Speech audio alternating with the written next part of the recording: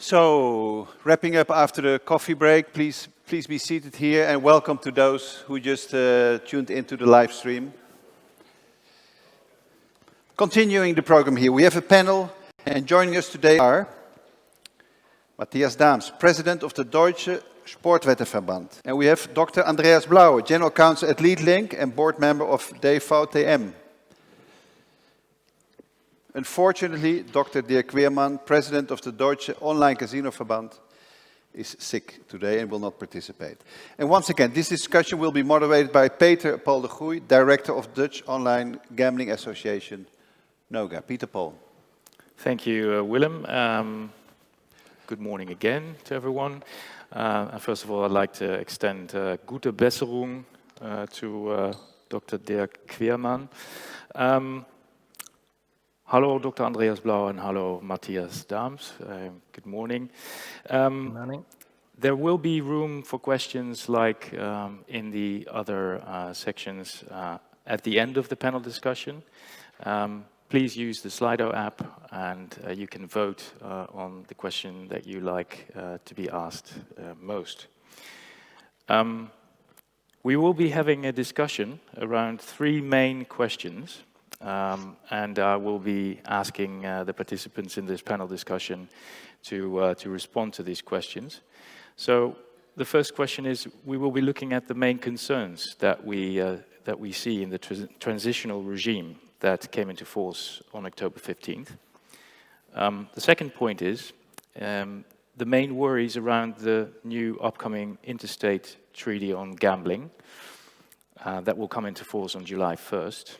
And then we will look at the most important expectations for the near future. But first, maybe it's good to get an initial response on what happened in the weeks leading up to this conference. The issuance of the 15 sports betting licenses by the state of Hesse. Mathias, what is your reaction to this? How do you expect this market to evolve from this? Yeah, thank you, Peter Paul, and welcome to everybody, also in the hall and also on the live streams. I'm happy to be able to present the positions of the German sports betting associations here. I have a slight echo on my headphone. Okay, but I'll try to cope with this. Nearly a week ago, we've got the first 15 licenses for sports betting in Germany, and this is quite a historic event. And this issuing of the licenses is the first issue of sports betting license to any private operator, which has happened in the history of Germany. And therefore, it's not only for the association, but also for the operators and the whole industry, a big success from my point of view.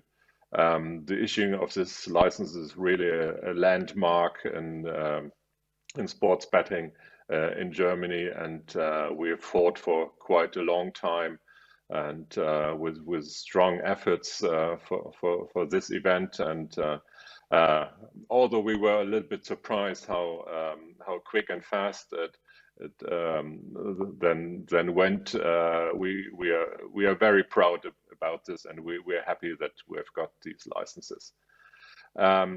Only 15 have been granted those licenses. We have got the information that in total there are 53 operators in the process, so we are going to expect more licenses to be issued within the coming weeks. It's not really clear if they will be issued again in blocks, or if they will be issued license by license. But I think there will be some more. And as I've heard from those operators who have been granted those licenses, they are now hurrying up to implement all the requirements which are part of the licenses. And yeah, it's really a huge workload they are facing now. But nevertheless, I hope that as many as possible operators will be able to fulfill all the requirements, and that we will have a strong market here in Germany. Am I correct in saying that these licenses are issued under the current Interstate Treaty? How does this cast its shadow forward with regards to the upcoming Interstate Treaty in July 1st next year?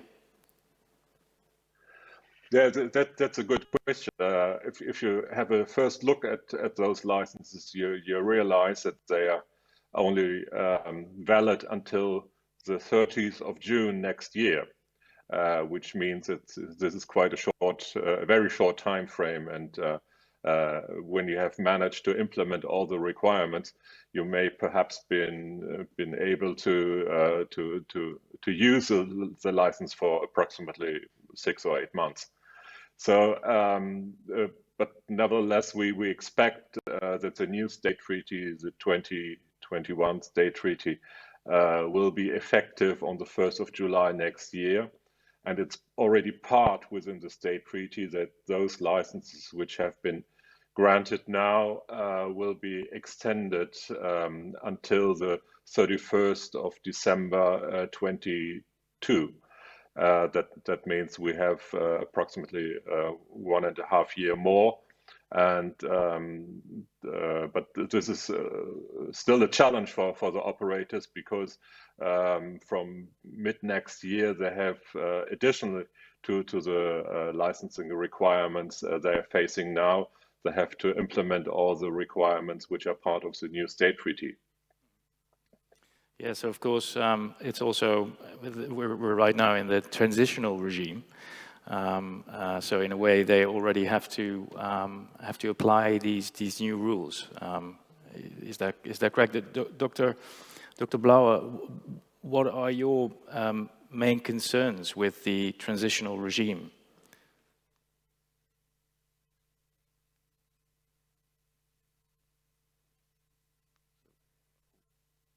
Please. Yeah, Andreas, please hold 1 second. We could not hear you, and we are looking into the sound issue, so give us a second. Andreas, could you see if your microphone is muted? No sound. Why don't I give you some time to resolve the issues from your end? Yes. And I ask the same question to you, Mathias. What are the main concerns that you recognize in the current transitional system?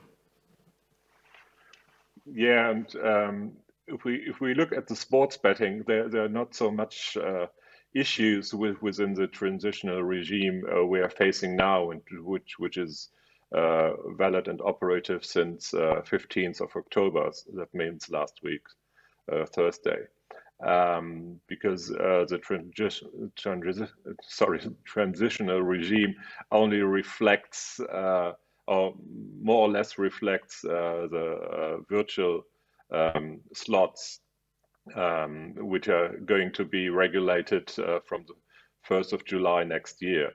And those slots can now be offered in Germany. They can be operated if the operators already fulfill the requirements of the 21 state treaty, which is really a challenge. And unfortunately, we've got this information and the technical requirements we have to implement only 2 weeks before. That means on the 1st of October. And we already heard some rumors about the transitional regime, and but nevertheless, it's a strong challenge to implement all those requirements. And at the moment, I don't really have an overview about the operators who are fulfilling all the requirements, but there are already some who are operating on the market with their with the offerings that they had already weeks or Do you months hear? before. And now I think there will be more and more operators who are working under this intermediate phase, and we have to see how this works out, and especially how the authorities are handling the whole thing, because this is the really big question we are facing here. The transitional regime only says that that the enforcement of the current state treaty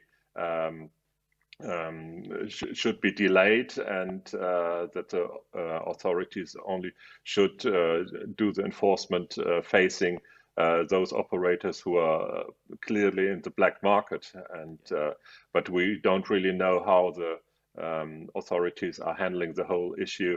Unfortunately, there's no dedicated authority which is responsible for the whole process, and we have a split responsibility between all the 16 lenders, and at the moment we really don't know who to ask if we have questions about to implement the technical guidelines, and who's responsible for the enforcement itself. Thank you. Thank you. I think we can hear you now, Dr. Blaue. You hear me? Yes, we can hear you. Fine. Yes. And the same question that I just asked Mathias then, what are the main concerns that you see of the transitional period, or the transitional regime we are in at this moment? At first, welcome from my side, and thanks to Willem and his team for the organization of this event in difficult times.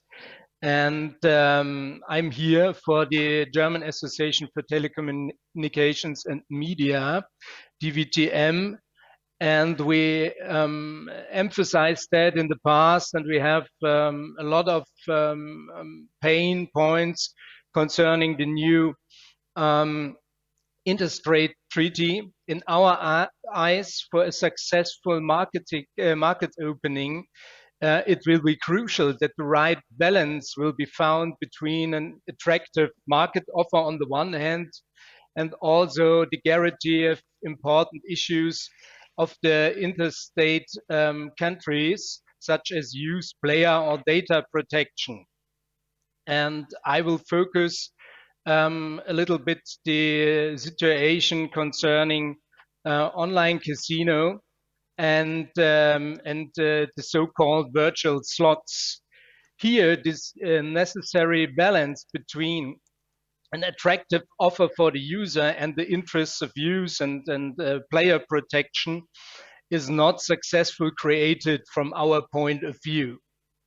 The massive detailed regulation and restriction contained in this Interstate Treaty 2021 will mean that the competitive offers that are interesting for the users and will be also used from that cannot achieved.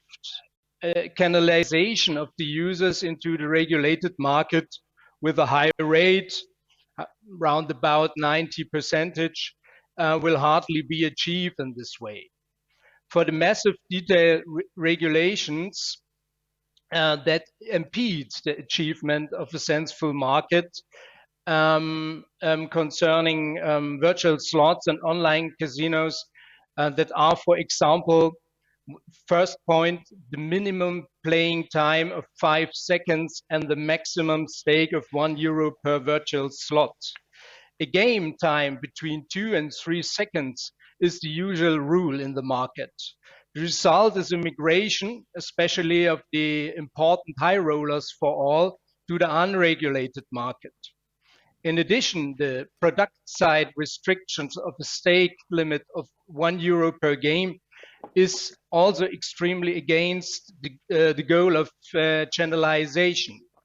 Around 25% of stakes are over €1 today. And that means that also these high rollers want to go to the black market and can't part of a regulated market. Another point is the regulation of online casino games in general. A player who is interested in casino games would like to use the full range of casino games. He does not differentiate between the virtual slots and the so-called table games such as roulette, blackjack, baccarat, and so on and so on. That means that the monopolistic restrictions of the issuing of licenses for online casino, that means table games, means that players cannot use the full range of offers for from a regulated provider. They will switch to the unregulated offers. So that's another point. A further point then in our eyes is the deposit limit of amounting to 1,000 euros per customer and month. The high rollers also in this case, which are necessary for the economical operation of offers, will look for other offers without any deposit limit on the black market.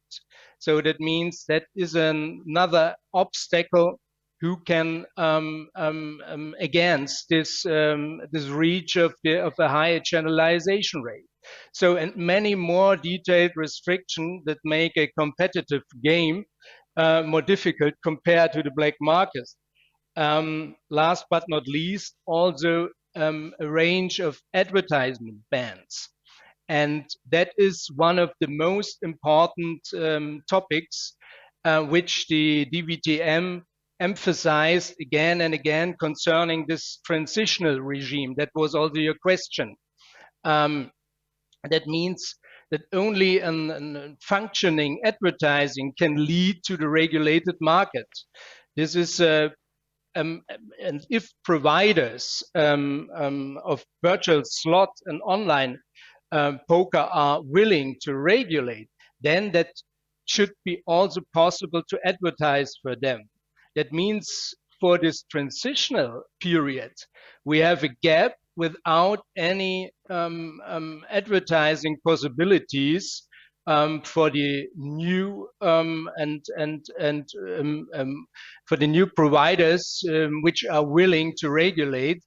That means in this gap, only the black market can advertise, and that is diametral against a canalization of the users into this new market. And then so far, it's one of the main pain points in this transitional phases from our point. Thank you. And then the question comes up, do you think it's doable? Do you think it's possible under these circumstances to maintain the consumers within the, let's say, pre-regulated offer? Or will we lose consumers massively to the pitch black operators, and will they be lost? That's not clear. I can't see the future, but I assume that we have a situation comparable to other European markets. In the summer, we could see the situation in Sweden. That means there comes up much more restrictions, especially concerning advertising. So at the end, the channelization rates decreases around about 10%. From, I think, 85 up to 70. That means there is a clear relationship between channelization of users into the regulated market and the possibilities to lead them by advertisements. So that means at the end, I fear that we can't lead the users so optimize as possible into the new regulated market. Mathias, Dahms, what is your view on this? I'm really sorry. It's not so easy with technology today because I cannot hear anything what Andreas has said. Okay. Could you please repeat the question? So the question was basically, given the fact that the fear is that these very strict regulations might push consumers away to the unregulated offer, that it will be very hard to get these consumers back to play with the regulated offer once it becomes available. Do you? Yeah, this is a really huge concern. We all have who we are in the market, and as we know, also other regulations in other countries, especially in Europe, that if the regulation is too tight for the operators, this would mean that customers are moving into the unregulated market, into the black market, and this is something the politicians and the regulators clearly would like to prevent. But on the other hand, if they tighten the operators too strong, then this would be the effect. And this is one of the major concerns we have about the whole future regulation, that it could be too tight. And therefore, we are always asking for mechanisms, for means to adjust the regulation in the face of experience we're doing with the regulation, and with evidence especially, and that we are able to adopt the regulation. Unfortunately, that is not really foreseen in the law itself, but we have strong hopes that one day the new authority, the central authority, will be established with the beginning of 2023. That we will have good talks there, and handling in good terms with them, and that we will be able to get some adjustments there.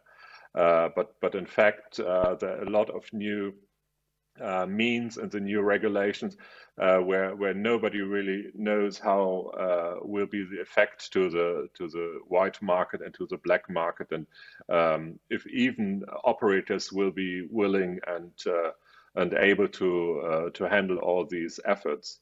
And because there are a lot of new mechanisms which nobody has used before anywhere in Europe, and so it's it's a new exercise for everybody, and therefore we have strong concerns if this will really work out. You mentioned the word fact, measures based on facts. Do you have the feeling that we currently know in Germany what the status is, how big the channelization is at the moment?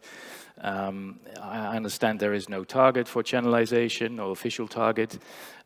If we don't know what the numbers are, how can we measure success?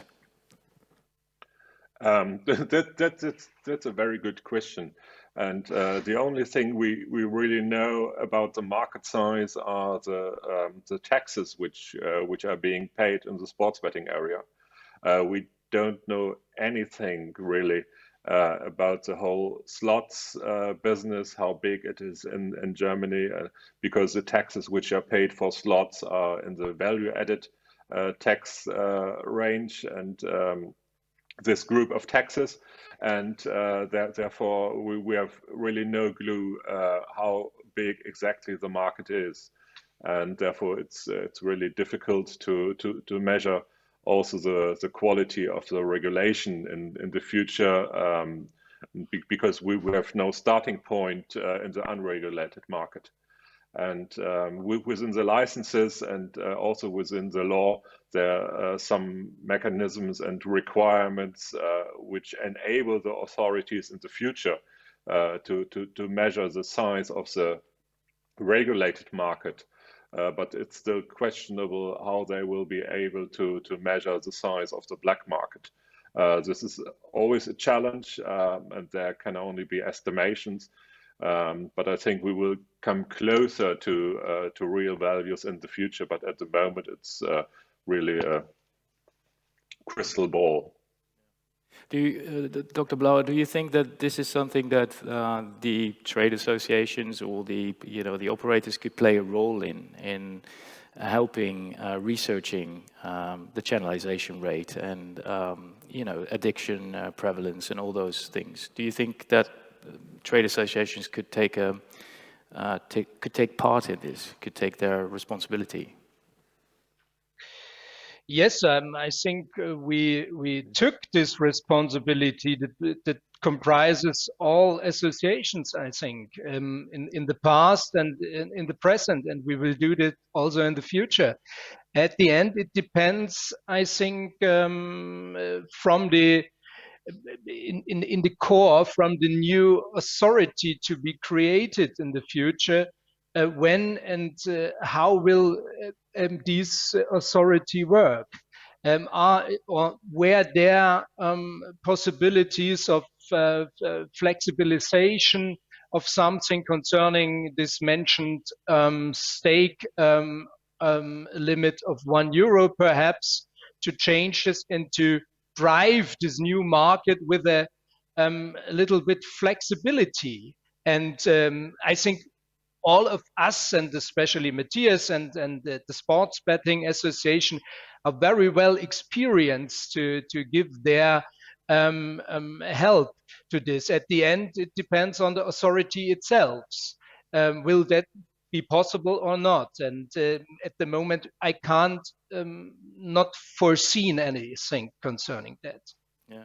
And I've been explained this morning by Jörg Hofmann that this new interstate treaty is cast in concrete, so no changes are to be expected anytime soon. But just disregarding this advice, what would be the top 3 changes that you would make to the interstate treaty, Dr. Blaue? Yes, also I mentioned the main pain points, and insofar, when I focus this regulation for virtual slots, then I think the changes should be comprise this maximum stake of €1 per slot, then also the playing time of 5 seconds, and at the end, I think the third one is the deposit limit of €1,000 per customer a month, and there we should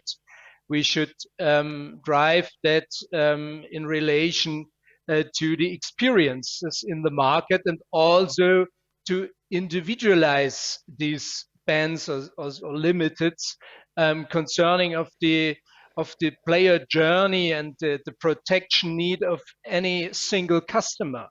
And that's one of our most tasks for the future, to come into a good dialogue, especially with this new authority. Thank you. And Mathias, if you were to be given, let's say, 3 measures that you could implement or change, what would those be? There would be much more.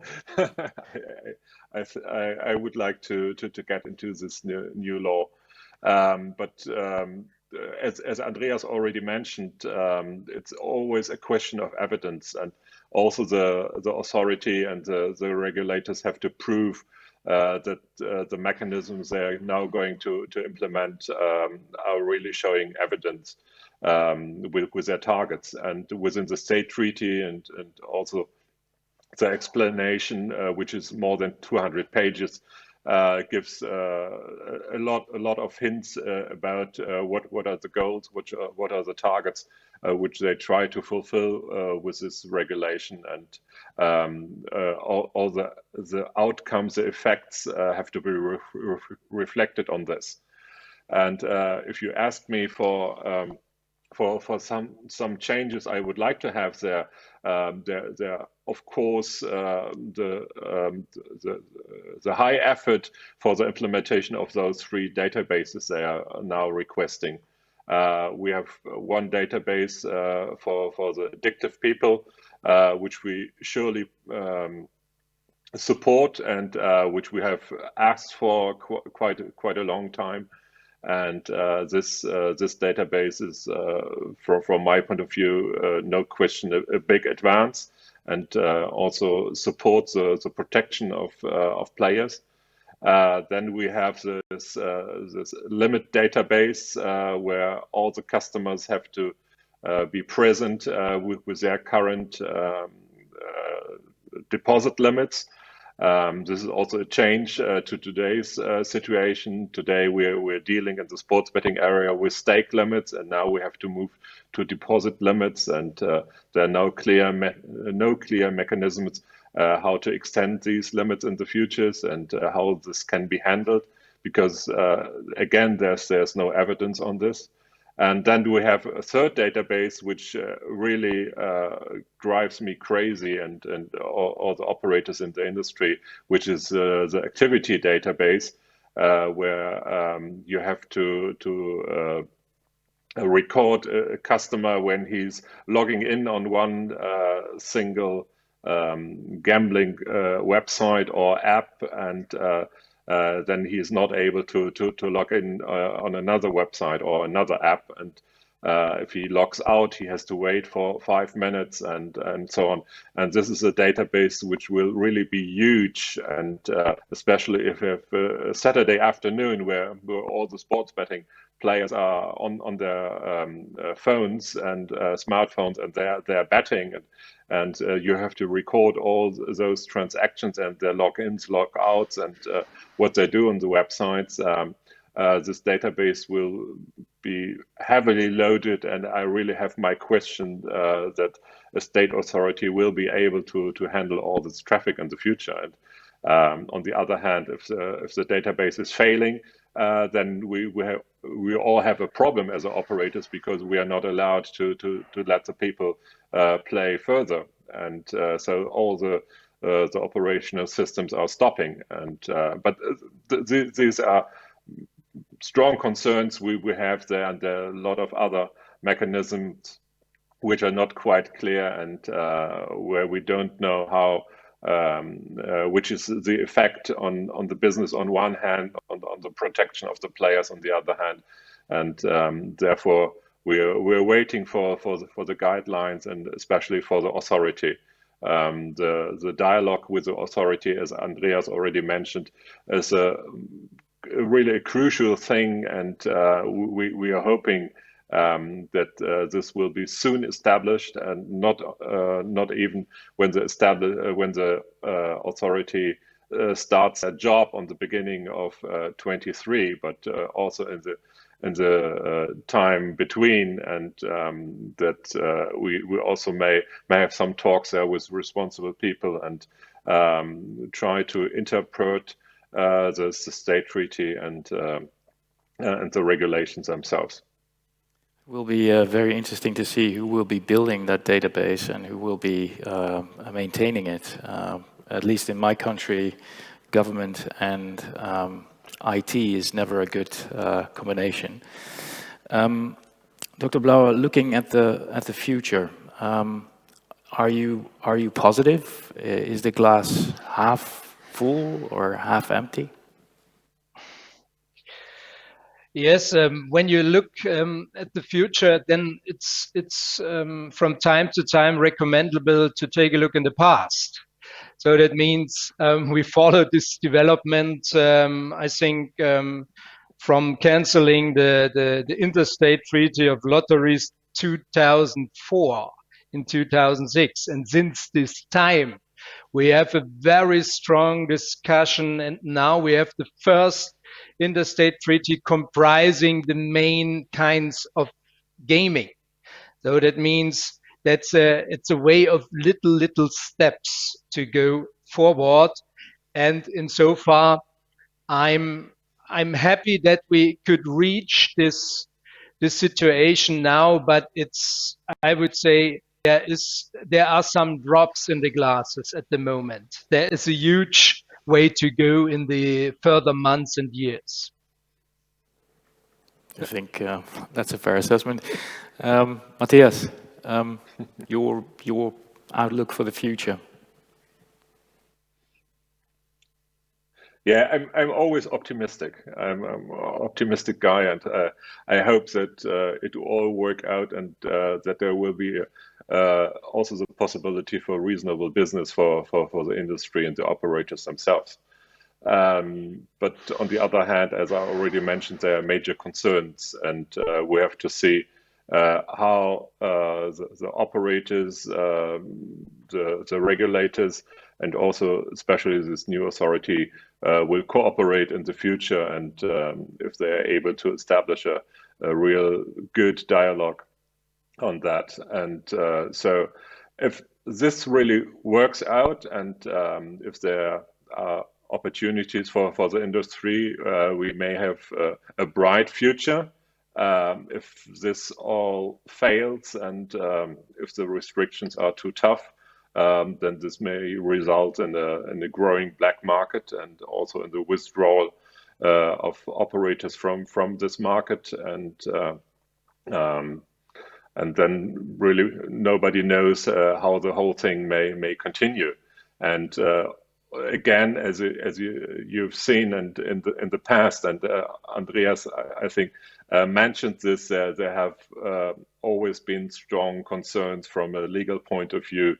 That means all the recent state treaties have been destroyed in front of the courts in the past 15 years. And I don't hope that this will happen again, but I cannot really say that this will not happen again. But as you know, we have a lot of clever lawyers in Germany, and there may already be some ideas on that. Me personally, I don't hope that this will happen, but I cannot exclude this idea. Okay, so in conclusion, the future is bright, but there are some clouds. We will now be answering some questions, yes. So please don't go away yet. We're moving to the first question, and now I'm not wearing my glasses, so I have to really screen. Does affiliate marketing fall within the advertising ban, or is the ban limited to other types of advertising? Dr. Blaue. Yes, I think so. That's a question for me. You have to distinguish between the transitional phases and the new regulations starting from middle of next year on. During this transition phases, I explained it. The new advertising rules are not in use. That means you can do your affiliate business as in the last months if you cooperate with providers who are following the new regulation. So in this transitional phases. After that, there is the new section 5, para 6 in the Interstate Treaty, which concerned this affiliate marketing. And there is a rule, a ban for revenue share based affiliate marketing business models. But on the other hand, there's a draft of the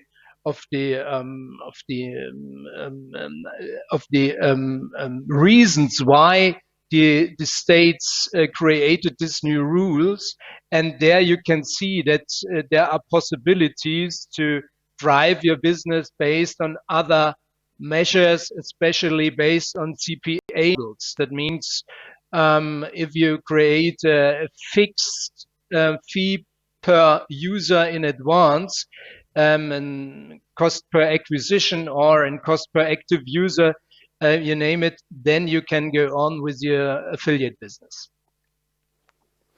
Thank you. Then we're moving on to the question which is at the bottom of the screen here. To what extent do the casino restrictions make the sports betting market less attractive to multi-product operators? Mathias, could you answer that one?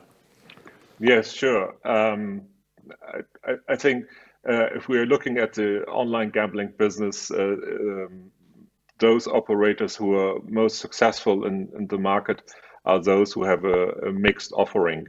That means an offering which is as broad as possible. And this would mean that you have to include the virtual slots and also the sports betting. And this is an opportunity for some operators who did not yet offer slots in the German market to enter this market in the future. And on the other hand, it's a possibility for those operators who are already there to split up their customer acquisition costs into two different verticals and try to cross-sell their products to their already existing customers. From my point of view, most of the restrictions we are seeing there are affecting both verticals, like the new databases, the limits, and so on. And then we have special restrictions on the slots, for example, this €1 per spin and the 5 seconds minimum spin time. And I think most of the operators will be able to handle this in the beginning, and then we have to see how the regulation and, for example, and especially the enforcement will be able to get the black operators out of the market and to get them less attractive compared to the regulated operators. Thank you. And then as a last question, I've been told that I have less than a minute left, but I still would like the question answered, if possible, by you, Dr. Blaue. While conditions are not ideal, can casinos, virtual slots operators still be successful under the new regime, perhaps to a somewhat lesser extent?